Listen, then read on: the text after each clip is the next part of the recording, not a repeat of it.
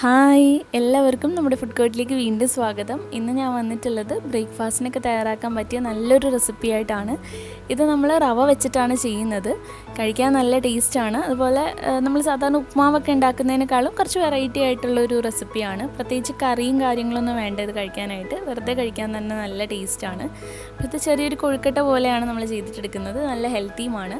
അപ്പോൾ നമുക്ക് വേഗം തന്നെ വീഡിയോയിലോട്ട് പോവാം. ഇതെങ്ങനെയാണ് തയ്യാറാക്കുന്നതെന്ന് നോക്കാം.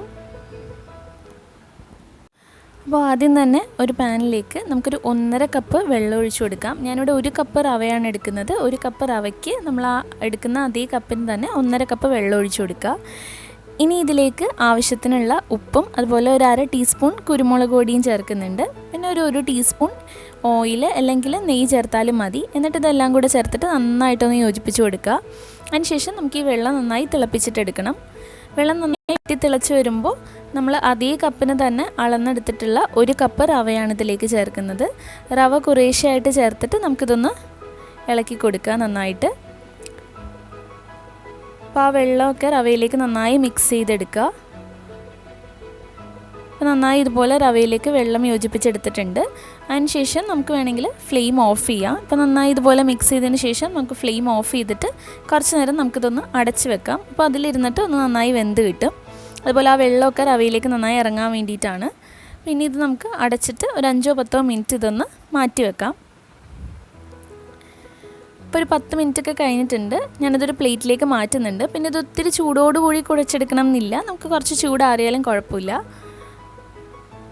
ഞാൻ കയ്യിൽ കുറച്ച് എണ്ണ തടവിയിട്ടുണ്ട്. എന്നിട്ട് ഇത് നന്നായി അങ്ങ് കുഴച്ചെടുക്കുക. ഇതിങ്ങനെ ചെയ്യുമ്പോൾ നല്ല സോഫ്റ്റായി കിട്ടാൻ വേണ്ടിയിട്ടാണ് നമ്മളിതുപോലെ കുഴച്ചെടുക്കുന്നത്. നന്നായി തന്നെ ഇതുപോലെ കുഴച്ചെടുക്കാനായിട്ട് ശ്രദ്ധിക്കുക. അപ്പോൾ ആ ഒരു കപ്പ് റവയ്ക്ക് 1.5 കപ്പ് വെള്ളം എന്ന് പറയുമ്പോൾ നമുക്കിതുപോലെ നല്ല സോഫ്റ്റ് ആയിട്ടുള്ള ഇതുപോലത്തെ മാവാണ് കിട്ടുക. ഇനി ഇതിൽ നിന്ന് നമുക്ക് ചെറിയ ചെറിയ ഉരുളകളാക്കിയിട്ട് എടുക്കണം. അപ്പോൾ ചെറുതായിട്ട് എടുക്കുന്നതാണ് കുറച്ചും കൂടെ നല്ലത്. ആ മസാലയൊക്കെ നന്നായി പിടിക്കാൻ വേണ്ടിയിട്ട് ഇതാണ് നല്ലത്. ഞാനിവിടെ ചെറിയ ചെറിയ ബോൾസ് ആക്കിയിട്ട് എടുക്കുന്നുണ്ട്. അപ്പോൾ നിങ്ങൾക്ക് ഇഷ്ടമുള്ള ആ ഒരു വലിപ്പത്തിൽ നമുക്ക് ചെറിയ ചെറിയ ബോൾസ് ആക്കിയിട്ട് എടുക്കാം. നമ്മൾ ചെറിയ കുഴുക്കട്ടയൊക്കെ ചെയ്യുന്ന പോലെയാണ്. ഇതുപോലെ കുഞ്ഞു കുഞ്ഞു ബോൾസ് ആക്കിയിട്ട് എടുക്കുക.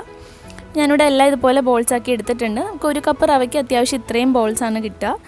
ഇനി ഇത് നമുക്ക് ഒന്നുകൂടെ ഒന്ന് ആവിയിൽ വെച്ചിട്ടൊന്ന് വേവിച്ചിട്ടെടുക്കണം.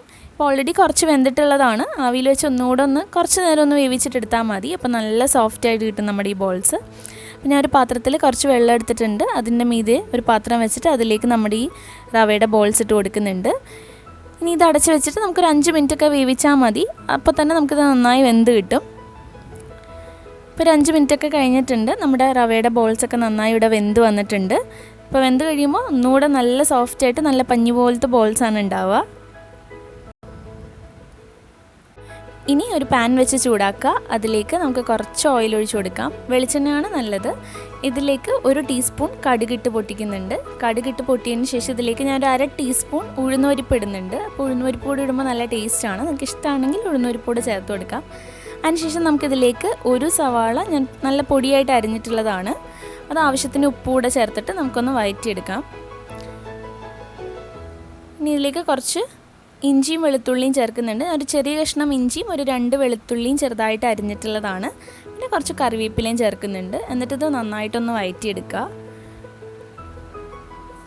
ഇപ്പോൾ സവാളയൊക്കെ അത്യാവശ്യം നന്നായി വഴന്നു വന്നിട്ടുണ്ട്. ഇനി ഇതിലേക്ക് നമുക്ക് കുറച്ച് മസാലപ്പൊടികളൊക്കെ ചേർക്കണം. ഞാൻ ഒരു ടീസ്പൂൺ മുളക് പൊടി ചേർക്കുന്നുണ്ട്.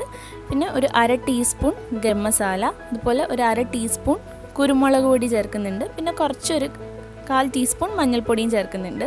അപ്പോൾ ഈ ഒരു മസാലയുടെയും എരിവിൻ്റെ അളവ് നിങ്ങൾക്ക് ഇഷ്ടമനുസരിച്ച് മാറ്റം വരുത്താവുന്നതാണ്. അതുകൂടെ ചേർത്തിട്ട് അതിൻ്റെ പച്ചമണമൊക്കെ മാറുന്നവരെ നന്നായിട്ടൊന്ന് വഴറ്റിയെടുക്കുക. ഇനി ഇതിലേക്ക് ഒരു 2 ടേബിൾ സ്പൂൺ ടൊമാറ്റോ സോസ് ചേർക്കുന്നുണ്ട്. ടൊമാറ്റോ സോസ് ചേർക്കുന്നത് എന്തിനാണെന്ന് വെച്ചാൽ അപ്പോൾ നമ്മുടെ ഇതിന് ചെറുതായിട്ടൊരു പുളിയും അതുപോലെ ചെറുതായിട്ടൊരു മധുരമൊക്കെ വരുമ്പോൾ നല്ല ടേസ്റ്റാണ്. അപ്പോൾ നിങ്ങൾക്ക് താല്പര്യം ഉണ്ടെങ്കിൽ ചേർത്ത് കൊടുക്കാം. പക്ഷേ ടൊമാറ്റോ സോസ് ചേർക്കുമ്പോഴാണ് കുറച്ചുകൂടെ ടേസ്റ്റ്. അത് ചേർത്തിട്ട് നന്നായിട്ടൊന്ന് യോജിപ്പിച്ചെടുക്കുക. അപ്പോൾ നമ്മുടെ ആ ഒരു ഗ്രേവി മാതിരി നമ്മൾ റെഡിയാക്കി എടുത്തിട്ടുണ്ട്. ഇതിലേക്കാണ് നമ്മൾ ബോൾസ് ഇട്ടിട്ട് മിക്സ് ചെയ്യേണ്ടത്. ഇനി ഇതിലേക്ക് നമ്മുടെ ഈ റവയുടെ ബോൾസ് ഇട്ട് കൊടുക്കുക. എന്നിട്ട് ഇതെല്ലാം കൂടി ചേർത്തിട്ട് നന്നായിട്ട് മിക്സ് ചെയ്യുക. അപ്പോൾ നമ്മുടെ ബോൾസൊക്കെ നന്നായിട്ട് ആ മസാലയിൽ മിക്സ് ചെയ്തതിന് ശേഷം നമുക്കിത് ഒരു 5 മിനിറ്റ് അല്ലെങ്കിൽ ഒരു 2 മിനിറ്റ് ഒന്ന് അടച്ച് വെച്ചിട്ടൊന്ന് വേവിച്ചിട്ടെടുക്കാം. അപ്പോൾ ഒന്നും കൂടെ അതിൽ മസാലയൊക്കെ നന്നായി പിടിക്കാൻ വേണ്ടിയിട്ടാണ്. ഇപ്പോൾ 2 മിനിറ്റ് ഞാൻ അടച്ച് വെച്ച് വേവിച്ചിട്ടുണ്ട്. കണ്ടില്ലേ, ഇപ്പോൾ നമ്മുടെ മസാലയൊക്കെ നന്നായി അതിൽ പിടിച്ചിട്ടുണ്ട്. ഞാൻ ലാസ്റ്റ് ഇതിലേക്ക് കുറച്ച് മല്ലിയില കൂടെ ചേർക്കുന്നുണ്ട്. അപ്പോൾ മല്ലിയിലൊരു ഫ്ലേവർ വരുമ്പോൾ നല്ല ടേസ്റ്റാണ് ഇതിന്. അതുകൂടെ ചേർത്തിട്ട് ഒന്ന് മിക്സ് ചെയ്തെടുക്കാം. ഇത്രേ ഉള്ളൂ, നമ്മുടെ റവ ബോൾസ് ഇവിടെ റെഡി ആയിട്ടുണ്ട്. ഇത് നല്ല ടേസ്റ്റാണ് കഴിക്കാനായിട്ട്. അപ്പോൾ ഇത്രേ ഉള്ളൂ, നല്ല സിമ്പിളായിട്ട് തയ്യാറാക്കാൻ പറ്റിയ ഒരു ബ്രേക്ക്ഫാസ്റ്റ് റെസിപ്പിയാണ്. ഇത് നല്ല സോഫ്റ്റായിട്ടാണ് ഉള്ളത്. പിന്നെ ഇതിന് പ്രത്യേകിച്ച് കറിയുടെ ആവശ്യമൊന്നുമില്ല, വെറുതെ ഇതുപോലെ കഴിക്കാൻ തന്നെ നല്ല ടേസ്റ്റാണ്. ആ ചെറിയ മസാലയും തക്കാളിയുടെ ആ ഒരു പുളിപ്പൊക്കെ ആയിട്ട് കഴിക്കാൻ നല്ല ടേസ്റ്റാണ്. അപ്പോൾ എല്ലാവരും ട്രൈ ചെയ്ത് നോക്കുക. എന്നിട്ട് നിങ്ങളുടെ അഭിപ്രായങ്ങളൊക്കെ കമൻറ്റ് ചെയ്യാനായിട്ട് മറക്കരുത്. അതുപോലെ നമ്മുടെ വീഡിയോ ഇഷ്ടമായിട്ടുണ്ടെങ്കിൽ ലൈക്ക് ചെയ്യുക, ഷെയർ ചെയ്യുക. പിന്നെ ചാനൽ ഇതുവരെ സബ്സ്ക്രൈബ് ചെയ്തിട്ടില്ലെങ്കിൽ താഴെ ഒരു റെഡ് കളറിലൊരു സബ്സ്ക്രൈബ് ബട്ടൺ ഉണ്ട്, അതൊന്ന് പ്രസ് ചെയ്തിട്ട് സബ്സ്ക്രൈബ് ചെയ്യുക. അപ്പോൾ അതിൻ്റെ അടുത്തൊരു ബെല്ലൈക്കൺ വരും, അതോടെ ഒന്ന് ക്ലിക്ക് ചെയ്യുക നോട്ടിഫിക്കേഷൻസിനായിട്ട്. അപ്പോൾ നെക്സ്റ്റ് വീഡിയോയിൽ വീണ്ടും കാണാം. താങ്ക്